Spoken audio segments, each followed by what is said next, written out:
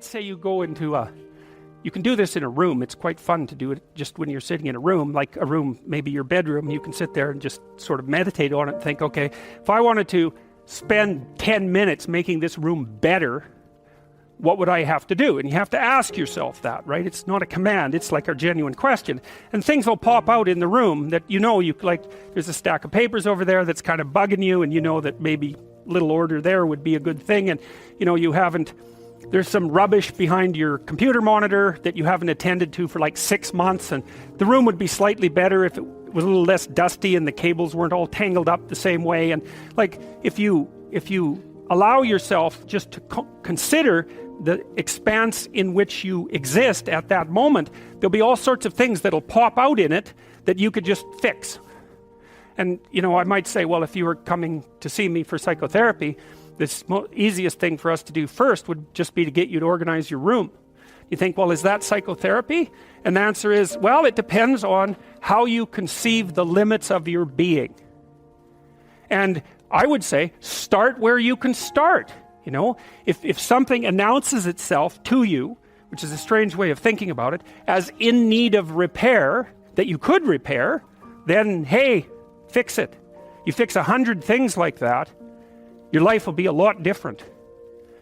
I often tell people too, fix the things you repeat every day, because people tend to think of those as trivial, right?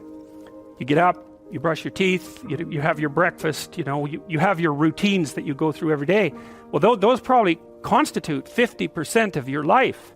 And people think, well, they're mundane, I don't need to pay attention to them. It's like, no, that's exactly wrong. The things you do every day, those are the most important things you do. Hands down. All you have to do is do the arithmetic. You figure it out right away. So 100 adjustments to your broader domain of being, and there's a lot less rubbish around, and a lot fewer traps for you to step into. And so that's in keeping with Jung's idea about erasing once you've got your mind and your emotions together, and once you're acting that out, then you can extend what you're willing to consider yourself and start fixing up the things that are part of your broader extent. Now, sometimes you don't know how to do that. So you might say, imagine you're walking down Bloor Street and there's this guy who's like alcoholic and schizophrenic and has been on the streets for 10 years. He sort of stumbles towards you and, incoherently mutters something. That's a problem. And it would be good if you could fix it, but you haven't got a clue about how to fix that.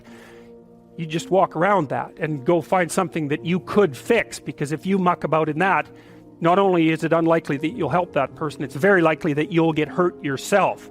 So, just because while you're experiencing things announce themselves as in need of repair, doesn't mean that it's you right then and there that should repair them. You have to have some humility. You don't walk up to a helicopter that isn't working and just start tinkering away with it. You have to stay within your domain of competence. But most of the time, if people look at their lives, it's a very interesting thing to do. I like the idea of the room, because you can do that at the drop of a hat. You go back to where you live and sit down and think, okay, I'm going to make this place better for half an hour. What should I do? And you have to ask. And things will just pop up like mad. And it's partly because your mind is a very strange thing. As soon as you give it a name, a genuine aim, it'll reconfigure the world in keeping with that aim. That's actually how you see to begin with. And so if you set it a task, especially, you have to be genuine about it, which is why you have to bring your thoughts and emotions together, and then you have to get them in your body so you're acting consistently. You have to be genuine about the aim, but once you aim, the world will reconfigure itself around that aim, which is very strange. One of the things that's very strange about a phoenix is that, well, it's immortal, but in a strange way, it lives and lives, I think, 100 years, and it gets older and older, and then one day, poof, it bursts into flames and turns into an egg, and then you get a new phoenix. So that's a symbol of transformation.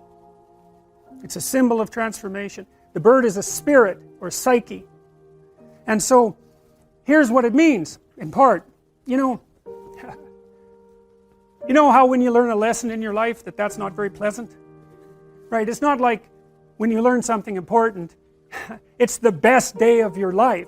It's often the importance of what you learn is often proportionate to just how wretched it is to learn it. You know, you learn things the hard way. You learn things by getting hit, because obviously if what you're doing is working, you get what you want. There's no learning in that, and that's happy. It's when you're doing something and you hit an obstacle, and maybe you bloody well hit it hard, and then, you know, you recoil, and then you down into the depths you go, and you have to sort yourself out, and you realize that you're, you know, this particular kind of idiot, and that you should probably fix that, and that's really annoying and difficult, and, you know, and maybe you're down in the dumps and anxious for quite a while, and then you get it repaired more or less, and, you know, you put yourself back together. That's the phoenix. Poof, into flames, bang, egg, new you. And so, you know, that's the ability to learn. Now, human beings are very strange creatures, right? Because we're very malleable compared to most animals, you know, like grizzly bears now and grizzly bears 1,000 years ago. It's like, whatever. They're the same thing. They do the same thing. There's no transformation. But human beings, we have this massive brain, and, you know, it's a pain because it means you have to take care of human children until they're 40, and and that's a big burden. And so, you know, we pay a big price for it. It also makes childbirth very difficult, and it's costly. You have to eat a lot because you have a big brain, because it uses up a lot of energy. And so, you know, you pay a price for it. But the advantage is you're plastic. You can learn. Now, learning is a strange thing, because you could think of it as just acquiring more information. But you could also think of it, and this is more accurate, as finding out something that you're doing wrong, so that's sort of built into you, like a character element of your character, a presumption of your perception, or a deep habit. It's really built into you. It's a neural structure, right? It's alive. And you have to kill it, because it isn't working properly. And the pain that you go through, in part, when you're suffering because you did something stupid, is it's something like the neurology. I can never get this quite right. It's the pain of the death of that structure. And that can be a huge chunk of you, you know, if you really have to go through a massive revision. It's like the person that comes out the other end might hardly be the same at all. You know, that happens, for example, if you're trying to combat alcoholism, which is just, you know, a wretched thing to do, because, well, all your friends are alcoholic, all your family drinks too much. The only thing you know how to do when you're socializing is to go to the bar and drink too much. You know, and you spend like 20 hours a week on it. It's like, it's not just that you're addicted to the substance, it's like that's how you live. And so if you want to stop being an alcoholic, not only do you have to stop drinking alcohol, but you have to stop seeing all your drunk friends, and maybe you've had them for your whole life, and you have to have continual battles with your drunk family, and then you have to figure out something to do with that 20 hours that's now like hanging around your neck like an albatross.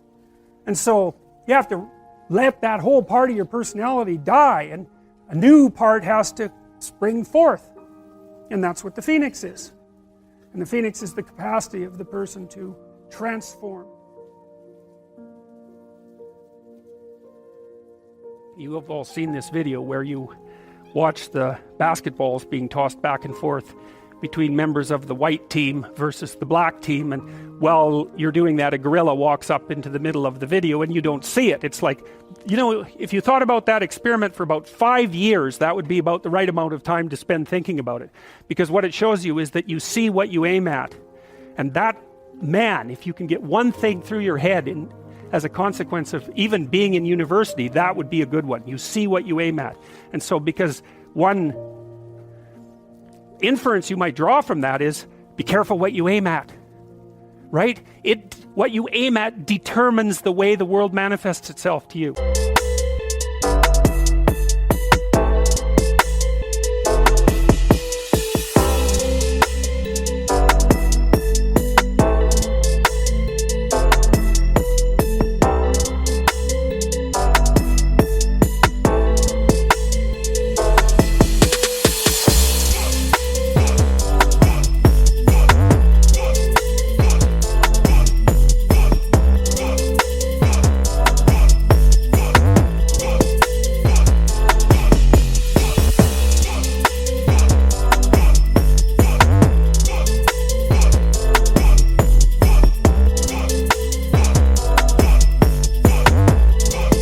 And so if the world is manifesting itself in a very negative way, one thing to ask is, are you aiming at the right thing? Now, I'm not trying to reduce everybody's problems to an improper aim. People get cut off at the knees for all sorts of reasons. They get sick, they have accidents.